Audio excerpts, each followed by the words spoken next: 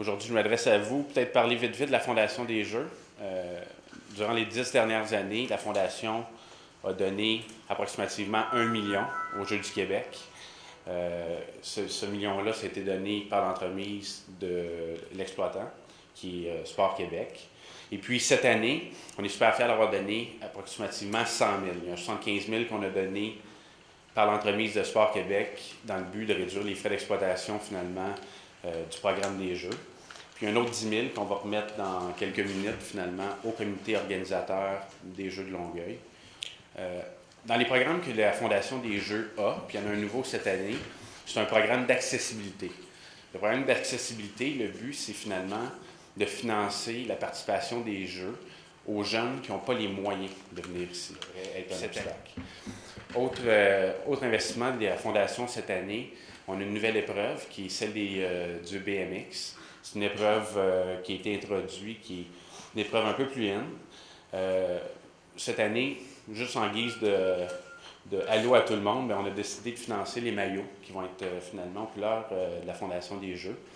Fait que c'est un petit clin d'œil finalement au nouveau sport et aux jeunes qui vont le pratiquer. Puis la bonne chose, c'est qu'en plus, pour la région, on a un nouveau parc de BMX qui a été financé, qui va permettre aux jeunes finalement de s'introduire et de participer à ça.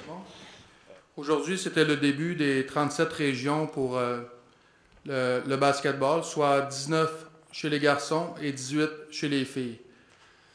Je vous dirais que près de la moitié des matchs aujourd'hui, le pointage a été par moins de 10 points. Donc, si on fait un petit clin d'œil au niveau des champions des derniers Jeux à Shawinigan, la capitale nationale du côté des garçons a bien débuté les Jeux du Québec en l'emportant 50 à 33 sur Bourassa.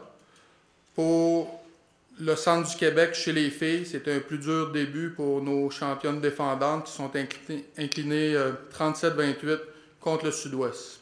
Pour demain, le tournoi La Ronde se poursuit en D1 masculin et féminin ainsi qu'en D2 féminin. Pour le D2 masculin, ça va être la fin de la première ronde qui va se terminer pour qu'on puisse passer à la ronde éliminatoire. Il n'a pas eu de protest ni de disqualification. Le lac Saint-Louis a remporté 7 médailles sur 12 et elles étaient toutes d'or. La Mauricie et le lac Saint-Louis ont 9 médailles chacune, mais le lac Saint-Louis est en tête à cause du nombre de médailles d'or. Montréal a gagné la bannière de l'esprit sportif. On retrouve 137 athlètes de 17 régions du Québec, donc c'est une belle représentation, on est plutôt satisfait. Aujourd'hui, donc, c'était l'épreuve de contre-la-montre individuelle. On retrouvait donc 4 catégories, à savoir les minimes filles, entre 13 et 14 ans, et les cadets, entre 15 et 16 ans. Pardon. Donc, on est plutôt satisfait de plus qu'il y a des jeunes à qui c'est leur première compétition, mis à part la finale régionale, où c'est vraiment la première compétition provinciale. Donc c'est vraiment important pour eux de participer à une épreuve d'envergure comme les Jeux du Québec. Demain, nous assisterons à la deuxième épreuve, qui s'agit donc de l'épreuve de critérium sur un parcours de 1,65 km autour. Donc aujourd'hui, les 20 premiers matchs préliminaires ont été joués. Pour l'instant, il n'est pas possible de faire quelques pronostics que ce soit.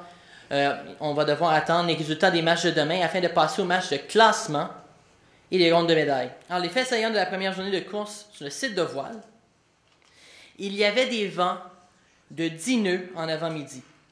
C'était aussi une journée ensoleillée qui nous a permis d'avoir un bon déroulement. En après-midi, la force de vent a diminué. Nous avons dû abandonner les courses à 14 heures. Par après, il y a eu une course à la ronde, c'est-à-dire 10 concurrents ont compétitionné sur 30 classes. Nous avons fait 6 départs par classe, ainsi que 9 régions secondes étaient présentes dans le top 10 en optimisme. Je vais vous résumer ça. Alors, nous, au volleyball de plage, c'était notre première journée de compétition.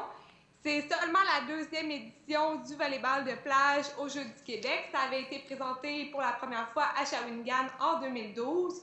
Donc, on parle de 17 régions représentées en féminin et 9 régions en masculin. Dans les deux cas, c'est une légère augmentation, une délégation de plus en féminin et en masculin comparativement à il y a 2 ans. Donc, en féminin, on va bientôt atteindre les 19 régions et en masculin, on a un petit peu plus de travail à faire de ce côté-là. Aujourd'hui, on a eu droit à des belles performances. C'est sûr qu'il y a des régions qui se démarquent un peu plus. En volleyball intérieur, je ne sais pas si vous savez, mais il y a eu un doublé de médailles d'or pour la Rive-Sud. Donc là, on parlait peut-être d'une possibilité pour que la Rive-Sud soit quadruple médaille d'or avec les disciplines du volleyball et du volleyball de plage. Bien, je vous dis que c'est toujours possible.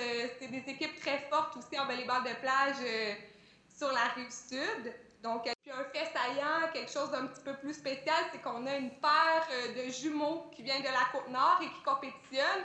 Et ces 2 garçons-là sont âgés de seulement 14 ans. Donc, c'est sûr que ça va faire une belle expérience pour eux. C'est sûr que là, à date, leur fiche est à peu près 2 défaites puis 1 victoire. Mais ça va être des garçons qui vont même avoir la possibilité de revenir dans 2 ans, étant donné qu'ils sont encore très jeunes, donc ils vont avoir ils vont connaître une belle expérience. Donc ça fait pas mal le tour pour ce qui est du volleyball de plage aujourd'hui. On vit une page importante dans l'histoire des Jeux du Québec pour nous, parce que c'est la première fois qu'on est à la finale provinciale des Jeux du Québec. C'est 11 régions, 41 athlètes qui ont concouru aujourd'hui dans la piscine. Et je peux vous dire que la journée, elle vient de se terminer là, et elle s'est très bien déroulée dans l'installation de la piscine de Rosaire-la-Flamme.